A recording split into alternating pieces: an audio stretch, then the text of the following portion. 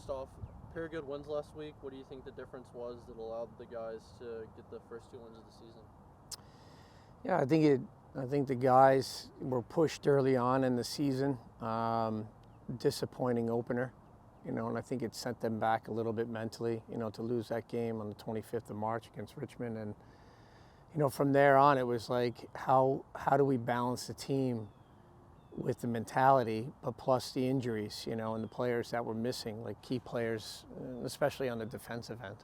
So you become like a makeshift back line every week as you're going to prepare for games, and you're popping another player in there and seeing if you can make that work, that chemistry. So from that perspective, I think it became hard. And then the big trip out to Phoenix with the Open Cup and coming close to getting that result, but losing that 1-0 was disappointing. And so look, I mean, it's been, the guys are fighting. I could see it. It's just that they were fighting the wrong way.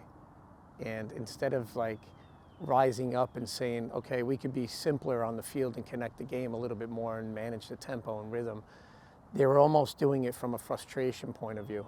And it just took them out of the game a little bit more. So discipline, huge with them. You look at the game at home against Fuego, and the three in the midfield with Noah Pallado, Aaron Walker, and Lucas Coutinho did such a great job of shutting the game down. And Lucas did an excellent job of really taking Ramos, their number 6, out of the game.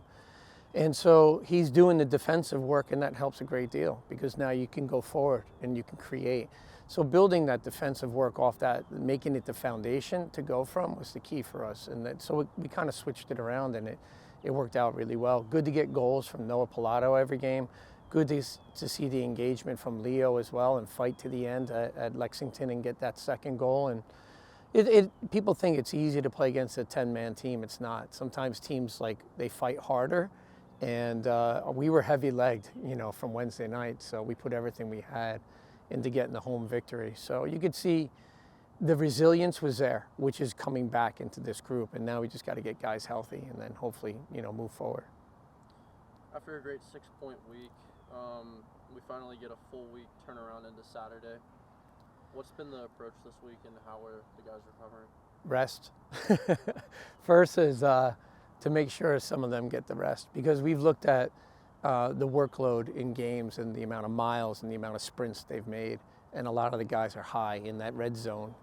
So we got to make sure that we rest their bodies, and plus a lot of travel. 6 hours on a bus back and forward to Lexington doesn't help, and getting in at 5 in the morning is hard. So we got to kind of make sure that they rest and they're off days and they're not doing anything crazy. But the recovery period's huge, and now we get the physical periodization throughout the week, right? In terms of that Tuesday, Wednesday, Thursday, Friday preparation, and then we build it up to Saturday at home against North Carolina, who's a team that's flying right now. They're playing extremely well. Rafa's got 4 goals. Anderson's a big threat, creates a lot of big chances going forward. McLaughlin's due a goal. You could see it. He's ready.